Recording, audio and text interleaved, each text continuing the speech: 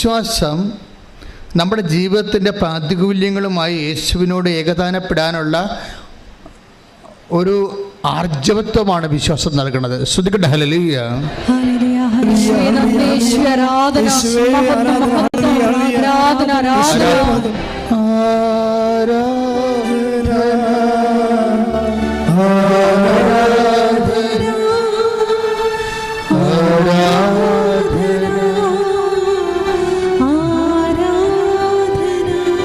പരിശുദ്ധ പരമദിവ്യകാരുണ്യത്തിന്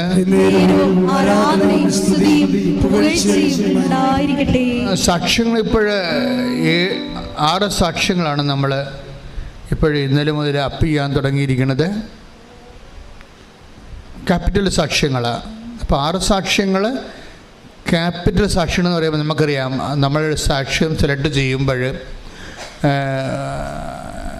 ഇപ്പോഴത്തെ പുതിയ മോഡ് ഓഫ് സെലക്ഷൻ അനുസരിച്ച് മനുഷ്യരെ അനുഭവിക്കുന്ന വ്യത്യസ്തങ്ങളായ സബ്ജക്റ്റ് വൈസ് തിരിക്കും വിഷയങ്ങൾ. ഇപ്പോൾ ജോലിയാണെങ്കിൽ അതുപോലെ തന്നെ വിദ്യാഭ്യാസം, അതുപോലെ തന്നെ ആധ്യാത്മിക തകർച്ച, അങ്ങനെ മനുഷ്യൻ്റെ വ്യത്യസ്തമായ മണ്ഡലങ്ങൾ, സാമ്പത്തിക ഘടകങ്ങൾ, ജപ്തി നടപടികൾ, അങ്ങനെ ഒത്തിരിയേറെ വിഷയങ്ങളാണ് ഉടമ്പടിയിലൂടെ പരിശുദ്ധ അമ്മ കൈകാര്യം ചെയ്യുന്നത്. അപ്പം അതുകൊണ്ട് അതിൻ്റെ എല്ലാ ദിവസവും അതിൻ്റെ ഏതെങ്കിലും 6 സബ്ജക്റ്റിൻ്റെ, നമുക്ക് 6 സബ്ജക്റ്റാണല്ലോ, 6 ആണല്ലോ ഉടമ്പടിയുടെ കൃപ ഗ്രേസ്ഫുൾ നമ്പർ എന്ന് പറഞ്ഞാൽ 6 6 കാര്യങ്ങൾ നമ്മൾ വെക്കുന്നു. കാനായിലെ കല്യാണത്തിന് 6 കൽഭരണികൾ, ദൈവം ഭൂമിയെ സൃഷ്ടിച്ചത് 6 ദിവസം, ഉടമ്പടിയുടെ പേടകം ദൈവം കൽപ്പനകൾ കൈമാറും മുമ്പ് സീനായ് മലമുകളിൽ ദൈവം മെഘാരൂഢനായി വന്നത് 6 ദിവസം. അപ്പോൾ 6 ഒരു പ്രധാനപ്പെട്ട നമ്പരാണ് ബൈബിളിലെ. അപ്പം അതുകൊണ്ട് നമ്മൾ 6 സാക്ഷ്യങ്ങളാണ് ഇപ്പോഴും അനുദിനം അപ്പ് ചെയ്യുന്നത്. അപ്പോൾ 6 സബ്ജക്റ്റ് വൈസ് ആയിരിക്കും. 6 സബ്ജക്റ്റ് വൈസ് ആയിരിക്കും. അപ്പം നിങ്ങൾക്ക് എനിക്ക് തോന്നിയൊരു വിഷയം, ഈ ദിവസങ്ങളിലെ സാക്ഷ്യം കേട്ടപ്പോൾ എനിക്ക് തോന്നിയൊരു വിഷയം, ഞാൻ എപ്പോഴും പറയുന്നൊരു വാക്കാണ് റെഡ്യൂസ് ഇൻറ്റു 0- എന്ന് വെച്ച് കഴിഞ്ഞാൽ, നമ്മളൊരു വ്യക്തി ചെറുതായി തകർന്നാൽ, ഒരു കുടുംബം തകർന്ന് 0 ആകാം.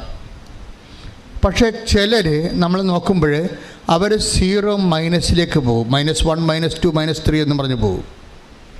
എന്നിട്ട് അവർക്ക് ഈ ജന്മത്തിൽ അവരെ കരകയറ്റാൻ സാധ്യമല്ലാത്തൊരവസ്ഥ വരും. That is the Marian space. ഈ ജന്മത്തിൽ നിന്നെ കരകയറ്റാൻ നിലവിൽ നിൻ്റെ ബുദ്ധിയിൽ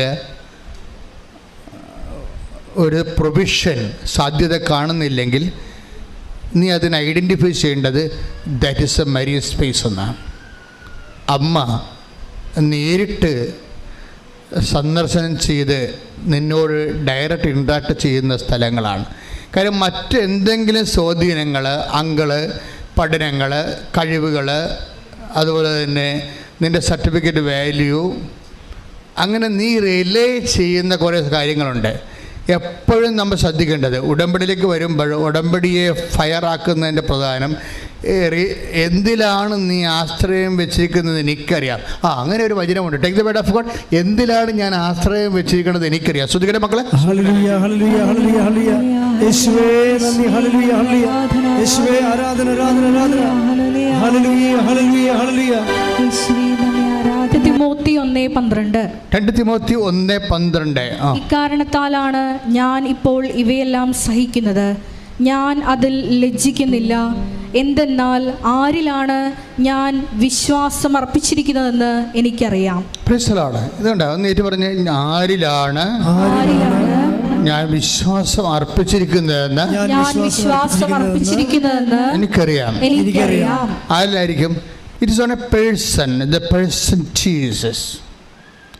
നമ്മൾ ഒരു വ്യക്തിയിലാണ് വിശ്വാസം അർപ്പിച്ചിരിക്കുന്നത്, ഒരു തത്വസംഹിതയിലല്ല. അതാണ് ആദ്യം നമ്മൾ വിശ്വാസത്തെക്കുറിച്ച് ആദ്യം പഠിക്കേണ്ടത്. കഴിഞ്ഞ ദിവസങ്ങളിലെ ഞാനത് ലിയ സെബാസ്റ്റ്യൻ ഇടുക്കിയിരുന്ന് നല്ല സാക്ഷിയാണ്. എല്ലാ സാക്ഷ്യവും നല്ലതാണ്, പക്ഷേ സാക്ഷ്യം ബിഗിനേഴ്സിനൊക്കെ നല്ല സാക്ഷ്യമാണത്. സ്റ്റാർട്ട് ചെയ്ത് വരുന്ന ആൾക്കാർക്ക് നല്ല സാക്ഷ്യമാണ്. ലിയ സെബാസ്റ്റിൻ്റെ പ്രശ്നം എന്ന് വെച്ച് കഴിഞ്ഞാൽ അവർക്ക് അപ്പനോ അമ്മയോ നേരത്തെ മരിച്ചു. അവരുടെ ബന്ധുക്കൾ ആരുമാണ് അവരെ വളർത്തിക്കൊണ്ട് വന്നത്. അപ്പോൾ നിങ്ങൾക്കറിയാമല്ലോ, അപ്പൻ്റെ അമ്മയെ ആശ്രയം പോയാൽ പകുതി ആശ്രയം പോയി. പക്ഷെ പകുതി ആശ്രയം പോയെന്ന് പറഞ്ഞാൽ അത് സ്പിരിച്വലായിട്ട് പറഞ്ഞാൽ അത് പ്ലസ് പോയിൻ്റാണ്. ശരിക്കും വിശ്വസിക്കുന്നവന് അത് പ്ലസ് പോയിൻ്റാണ്. വിശ്വസിക്കാത്തവർക്ക് അത് ദൈവം എന്നോട് അങ്ങനെ ചെയ്തു ഇങ്ങനെ ചെയ്തതെന്നൊക്കെ പറഞ്ഞ് മോങ്ങി അവസാനം വരെ മരിച്ചു പോകും അവസാൾ. വിശ്വസിക്കുന്നവൻ അത് വെച്ചാണ് ബിസിനസ് ചെയ്യണത്. എന്താണ്? എൻ്റെ അപ്പനും അമ്മയും ഇല്ല, പിന്നെ ആരാണ് അപ്പൻ്റെ അമ്മയുടെ സ്ഥാനത്തുള്ളത്? 13. അതായത് ഈശോ ഇത് അപ്പനെ അമ്മയെ ഉൾപ്പെടെ ആരും ആശ്രയം വെക്കുന്നു. ഈശോയുടെ പാക്കേജ് അത് ഇല്ല. ശരിക്കും പറഞ്ഞാൽ ഉണ്ടെങ്കിൽ നല്ലതാണ്, ഇല്ലാത്തത് കൊണ്ട് ആരും അതിൻ്റെ പേരിൽ കടിച്ചു തൂങ്ങി വിഷമിച്ച് നടക്കേണ്ട കാര്യമില്ല. അതുകൊണ്ട് ഈശോ ഒരു സ്റ്റേറ്റ്മെൻ്റ് ഈ വിഷയത്തിൽ ഇറങ്ങിയിട്ടുണ്ട്. എന്താണ്? 10:23 മത്തായിയുടെ സുവിശേഷം. ശ്രുതികട്ടെ. ഹല്ലേലൂയ ഹല്ലേലൂയ ഹല്ലേലൂയ ഹല്ലേലൂയ ഹല്ലേലൂയ യേശുവേ നന്ദി. ഹല്ലേലൂയ ഹല്ലേലൂയ ഹല്ലേലൂയ ഹല്ലേലൂയ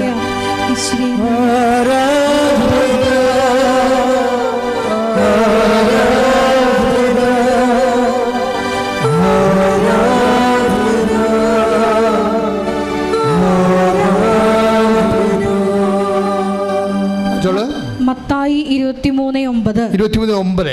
സോറി. ഭൂമിയിൽ ആരെയും നിങ്ങൾ പിതാവെന്ന് വിളിക്കരുത്, എന്തെന്നാൽ ഭൂമിയിൽ ആരെയും നിങ്ങൾ പിതാവെന്ന് വിളിക്കരുത്, എന്തെന്നാൽ നിങ്ങൾക്ക് ഒരു പിതാവേയുള്ളൂ, സ്വർഗസ്ഥനായ പിതാവ്. ഇത് നിലപാടാണ്. വിശ്വാസം എന്ന് പറയുന്നത് ഒരു ആശയത്തിലുള്ള അവലംബമല്ല, മറിച്ചൊരു വ്യക്തിയോട് അടിസ്ഥാനപ്പെടുത്തിയുള്ള ജീവിതത്തിന്റെ നിലപാടാണ്. ശ്രുതികട്ടെ. ഹല്ലേലൂയ ഹല്ലേലൂയ ഹല്ലേലൂയ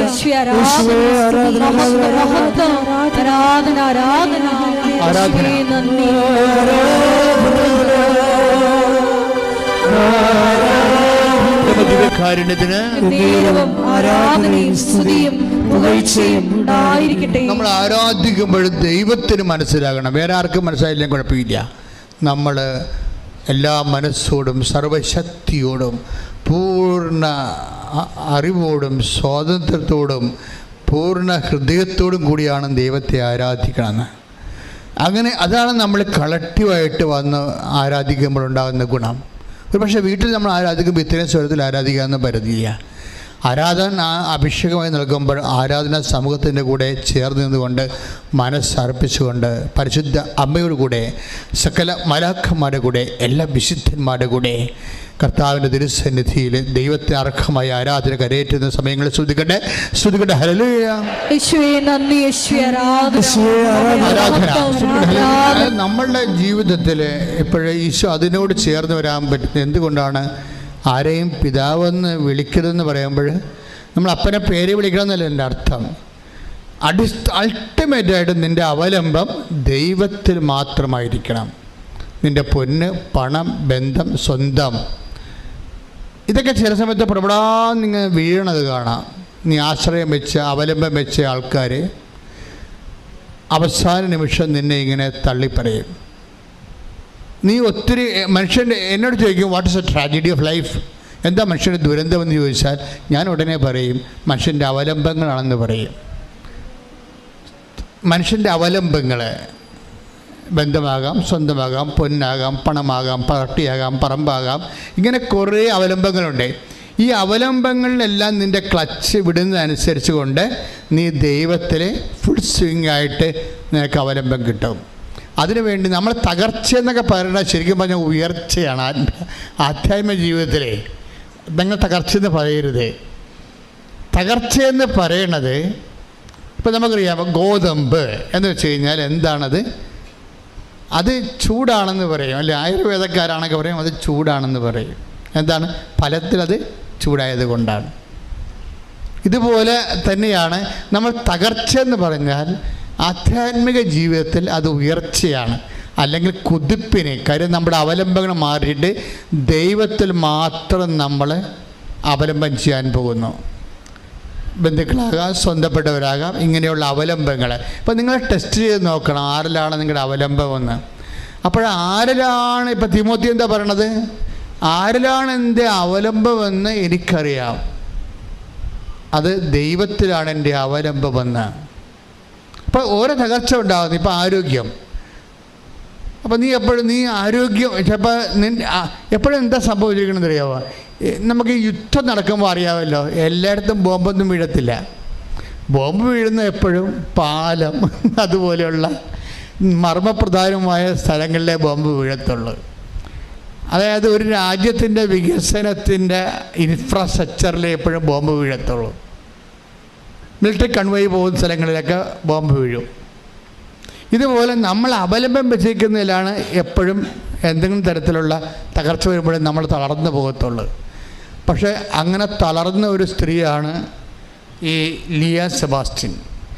പ്രശ്നം വെച്ച് കഴിഞ്ഞാൽ അവൾക്ക് അപ്പനും അമ്മയും ഇല്ലാത്തത് കൊണ്ട് ബന്ധുക്കൾ അവരെ വളർത്തിയവർ അവരെ പെട്ടെന്ന് കല്യാണം കഴിപ്പിക്കും. അപ്പോൾ അവരുടെ ആഗ്രഹം ജോലി വാങ്ങിക്കുക. ഇപ്പോഴത്തെ എല്ലാ കുഞ്ഞുങ്ങൾക്കും ഉണ്ടല്ലോ ജോലി വാങ്ങിക്കണമെന്ന്. അപ്പോൾ ജോലി വാങ്ങിക്കുക, സ്വന്തം കാലം നിൽക്കുക, ഇങ്ങനെയൊക്കെ നമുക്ക് സ്വകാര്യമായ ആഗ്രഹങ്ങൾ എല്ലാവർക്കും ഉണ്ടാവും. അല്ലെങ്കിൽ നമ്മൾ മുരഞ്ഞു പോകും, അടുക്കളയിൽ തന്നെ കാണാത്ത കാരെ കെട്ടിടേണ്ടി വരും, നമ്മുടെ ജീവിതം തീർന്നു പോകും. അത് കാരണം പെൺപിള്ളേരെല്ലാം ശരിക്കും പഠിച്ച് എങ്ങനെയെങ്കിലും അതായത് അവരെപ്പോഴും നോക്കുന്നത് വിവാഹ അനന്തരമായ ജീവിതത്തെക്കുറിച്ചാണ് എപ്പോഴും ചിന്തിക്കുന്നത്. പ്രത്യേകിച്ച് കൂടുതൽ ചിന്തിക്കുന്നത് പെൺപിള്ളേരാണ്. അപ്പം അങ്ങനെ സ്വകാര്യമായിട്ട് ജോലി വാങ്ങിക്കണമെന്നൊക്കെ ആഗ്രഹിക്കാമല്ലാതെ സിറ്റുവേഷൻസ് അതിനെ അനുവദിക്കണില്ല. നമ്മളെ ചൊൽപ്പിടിക്ക് നമ്മൾ പറയണത് കേട്ടിട്ട് നിൽക്കാൻ വേണ്ടി നമുക്ക് അധികാരം ചെലുത്താൻ പറ്റിയ അപ്പനില്ല. നമ്മളിതൊക്കെ ചെയ്യണം അപ്പനെ കണ്ടിട്ടല്ലേ പെൺപിള്ളേരെല്ലാം ചെയ്യണത്.